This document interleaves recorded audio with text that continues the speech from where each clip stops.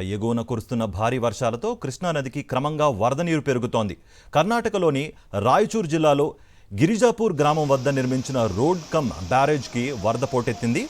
ఎగువ నుంచే వచ్చే వరద నీటిని దిగువకు వదిలేందుకు అధికారులు ప్రయత్నించగా షట్టర్లు మొరాయించాయి. దీంతో బ్యారేజ్ గేట్లపై నుంచి వరద నీరు కిందకు ప్రవహిస్తోంది.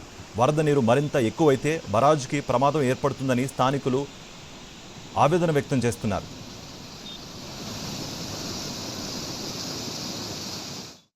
ఎగువన కురుస్తున్న భారీ వర్షాలతో కృష్ణానదికి క్రమంగా వరద నీరు పెరుగుతోంది. కర్ణాటకలోని రాయచూర్ జిల్లాలో గిరిజాపూర్ గ్రామం వద్ద నిర్మించిన రోడ్ కమ్ బ్యారేజ్కి వరద పోటెత్తింది. ఎగువ నుంచే వచ్చే వరద నీటిని దిగువకు వదిలేందుకు అధికారులు ప్రయత్నించగా షట్టర్లు మొరాయించాయి. దీంతో బ్యారేజ్ గేట్లపై నుంచి వరద నీరు కిందకు ప్రవహిస్తోంది. వరద నీరు మరింత ఎక్కువైతే బరాజ్కి ప్రమాదం ఏర్పడుతుందని స్థానికులు ఆవేదన వ్యక్తం చేస్తున్నారు.